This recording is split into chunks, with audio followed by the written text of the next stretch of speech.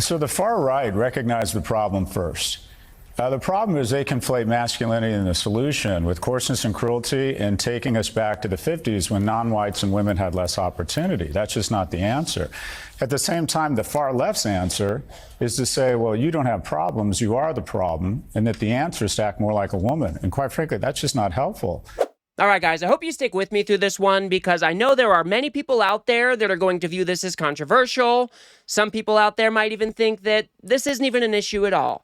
But I think it is pretty undeniable at this point that there is a crisis among young men in this country. And there is somebody that I look up to, somebody that I admire, who is now publishing a book on the idea of masculinity, except he's doing it from the left. Scott Galloway is a professor of marketing over at NYU. He is a very successful serial entrepreneur, but also he's been one of the leading voices on this masculinity crisis that seems to be very pervasive among these younger generations. And so today, I want to talk about how that masculinity crisis could very well be negatively impacting our politics. And to just give everybody an idea of the types of issues we are talking about here, here is just a list of a few struggles that young men are dealing with today. If you guys do appreciate my work and want to support the show, please do remember to subscribe. The current crisis facing boys and men.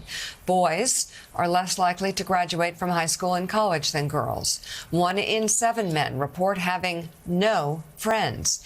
And men account for 3 of every 4 deaths of despair in America. Best-selling author Scott Galloway says the lack of attention to these serious problems has created a vacuum filled by voices promoting misogyny and a toxic vision of masculinity. So I know there are some of you out there that look at a list like this and it might just be easy to blow off, but let's revisit it for a second, okay? Because we got boys that are less likely to graduate from high school or college. Some of you might think that that's not a big deal, fine. But then we get into 1 in 7 men reporting that they have no friends. I mean, that is just heartbreaking. And then it even gets worse from there by looking at men account for 3 out of 4 deaths of despair. And I just want everybody to envision what type of man this would be, and what type of content he might be driven towards consuming in our political environment. I mean, we've talked about the Andrew Tates of the world, we've talked about the manosphere, and these people might not necessarily be being radicalized to go out and carry out violence, but what did we see in 2024? We saw young men swinging towards Donald Trump like I don't think that they have ever done before. And to make matters even worse, here's Scott Galloway listing out even more dire statistics when it comes to young men. Look, the numbers are stark. 4 times more likely to kill themselves, 3 times more likely to be homeless or addicted. You know, we have a homeless and an addiction problem, but what we really have is a male homeless and a male addiction problem. And they're 12 times more likely to be incarcerated. And I think the good news is the dialogues become more productive. I think we recognize that our country and women aren't going to continue to flourish as long as our men are flailing. And by the way, women are ascending, and it's wonderful. We should do nothing to get in the way of that. Twice as likely to be elected to parliament somewhere around the world. More women are seeking tertiary education. But at the same time, in the next 5 years, we're probably going to have 2 women graduate from college for every man. Only 1 out of 3 men are in a relationship under the age of 30, 2 and 3 women. And you think, well, that's mathematically impossible. It's because women are dating older because they want more economically and emotionally viable men. And if a man hasn't been in a relationship or cohabitated with someone by the time he's 30, there's a 1 in 3 chance he's going to be a substance abuser. And if you look just on a very meta level, the most violent and unstable places in the world have one thing in common. They have a disproportionate number of young men without opportunity, and we're producing way too many of them. So something Scott Galloway says here, and something that he says in almost every conversation about this particular topic, I think it's really important to highlight. Women are ascending, and we should do nothing to get in the way of that. That is absolutely true. But I think it is also true that we could tailor efforts or programs to young men while still also lifting up women.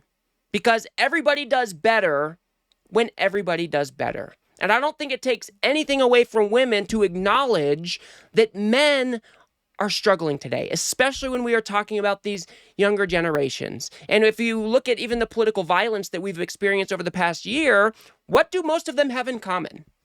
They are young, white men, many of them who have been radicalized online, not even necessarily politically radicalized, just radicalized in life, a nihilistic worldview. And Scott Galloway kind of points out how this technology kind of plays into the radicalization of these men. Shell, as opposed to having a real argument. 98.4% of mass shooters are men.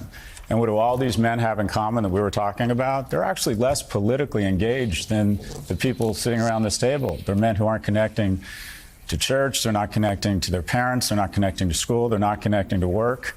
They go online where they're facing a godlike, indomitable enemy, and that is 40% of the S&P by market cap now is connected to two things: trying to enrage us or sequester us from the rest of our family. Stay on your phone, don't have friends, don't find relationships, don't talk to your parents. And then they go down rabbit holes. They're much more prone to conspiracy theory. They're much more prone to misogyny. And what do you know? There's a gun available for them everywhere. So if we want to have a real conversation around reducing violence, stop the nonsense of trying to blame each other based on our political affiliation, and provide young people with more opportunity, hold big tech accountable, and make it less easy for someone who's having a mental episode to find a weapon of war. So, I mean, just think about the challenges, the hurdles, the environment that young men are engaging with today, especially if they're a young man that doesn't have a friend, if they're a young man that's not performing well in school. And then you've got these big tech companies that are looking to outrage everybody under the sun. And just imagine if you are one of these young men who are already struggling, and then you interact with an AI chatbot, or you're interacting with the Facebook algorithm. I mean, you can imagine how you can become radicalized in just a matter of time. And it seems to be, this is where I'm not going to say a lot, but a good chunk of young men are at today. And as I said before, just because we acknowledge there is an issue here doesn't mean we have to scrap what we are doing for other special interest groups or other minorities, because, as I said already, everybody does better when everybody does better. And I think what we have seen over the past, ever since Donald Trump came into office, they have been making a hard push for these young men because they have recognized that maybe there is some sort of problem going on here. But the problem with the right is that their solutions are just straight up dog shit, which Scott Galloway addresses here.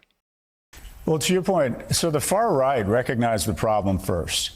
The problem is they conflate masculinity and the solution with coarseness and cruelty and taking us back to the 50s when non-whites and women had less opportunity. That's just not the answer.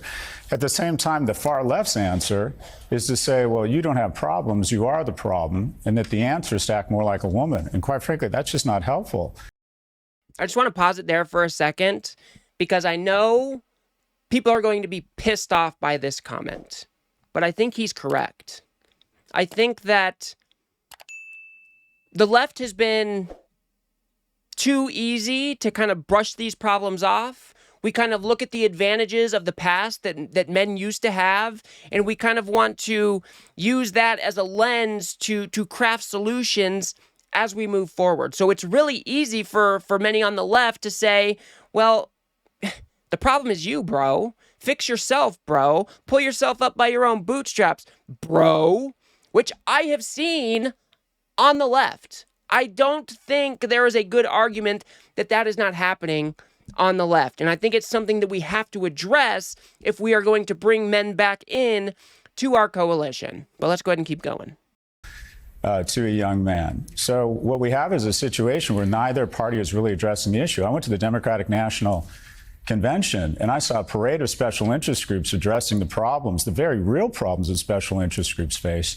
But there wasn't one single mention of the group that has fallen further, faster in the United States than any other group.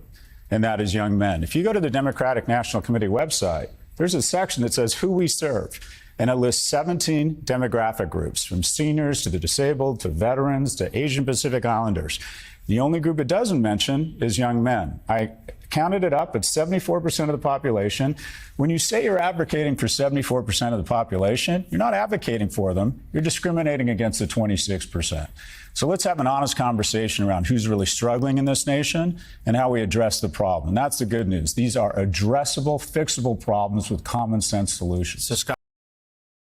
So that is absolutely insane what he is saying here about the Democratic Party. And I actually witnessed this firsthand in the lead up to the 2024 election. There were content creators doing interviews, and some of the candidates for the DNC chair, I believe it was asked about young men, and none of them, maybe one of them, had a decent answer for the problems that young men are experiencing today.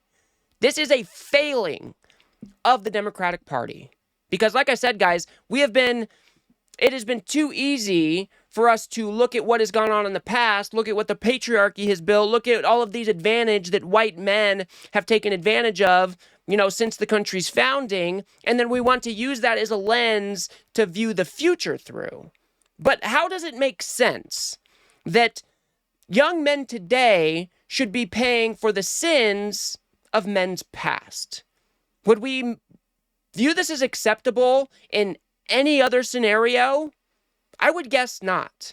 And so the last point I want Scott Galloway to make here for you is that he recognizes this issue. He recognized the advantages he was able to register as a white man born in the 60s, and how that generation now has a debt to future generations because of those advantages they registered.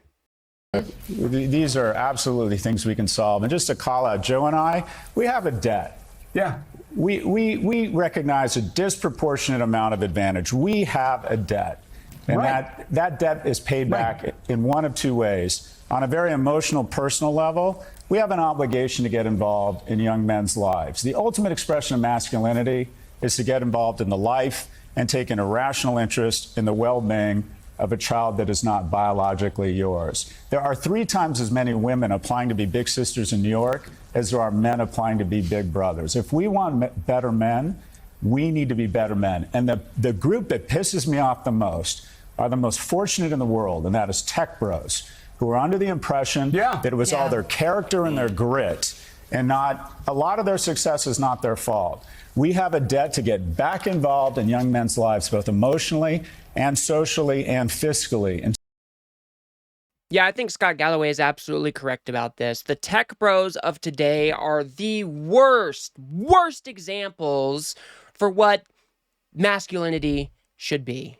These people are some of the most fortunate individuals our country has ever known, and they want to think that they're oppressed, that they just have the skills and the character to get where they are today, not realizing that they registered so much advantage from the country itself. And now that they are on top of the world, now that they are on the top of the earning ladder, now that they are on the top of pretty much everything in this country, want some of the most fortunate people alive, they turn around and they shitpost America. And that is just not setting a good example for young men today. And so I think this is a problem that we are going to have to deal with head on, guys. And like I said, I know it's uncomfortable to talk about. I know some people probably think that this is a controversial issue. Many people just want to say men need to go figure their own shit out. But that doesn't appear to be working. And if we want any chance of bringing these people back into the coalition, we need to start catering policies that are going to lift up all of the younger generations, which means women and men alike. And I think until we do that, we're going to have a hard time with this demographic. And so I'm probably going to do some follow-up videos to this because I think it's important that we look at some of the solutions that we can actually implement to help this problem. And I think it's also important to look at how technology is playing a really pernicious role in all of this, coming from these privileged billionaire tech lord fucks. And so I want to know what you guys think about this particular issue. Like I said, I will likely do follow up on this issue because I do think it's an important issue of our time. And I think Scott Galloway is a very good example of positive masculinity, and I think it's about time that the men of the left start setting a more positive example for these younger generations. What exactly will that look like? I am not sure yet, but this is a topic that I am highly interested in and I will be probably covering in the future. So let me know what you think in the comments, guys. Do you think this is an issue that we should hit head on? Do you think this is an issue at all? Or do you think men should go fuck off and do their own thing? Me personally, I think young men are struggling today. I think if everybody does better, then everybody does better. And we should try to figure out ways. We should try to figure out programs. We should try to figure out methods to raise men up without also diminishing women. I think that should be a top priority of us on the left. So I will leave it there for now, guys. If you guys got anything out of this video, please do remember to smash that like button and subscribe. Maybe share with a friend or two. I'd very much appreciate that. We've got to build something here on the left that pushes back against this MAGA media machine that just really perverts the idea of masculinity every single day. So if you do like what I do here, please do remember to smash that subscribe button. Of course, if you guys want to go a step above and beyond that, you can actually help me produce these videos by becoming a member right here on YouTube for as little as $3 a month. Or you can head over to politiscape.substack.com where you can have my content delivered directly to your inbox every single day without the doom scrolling, without the algorithms. And the cool part about Substack is I own the data over there. So having you guys subscribe over there is a big, big win for me. So until the next one, guys, everybody keep your chin up. Hope you're all doing well out there, and I'll see you on the next one.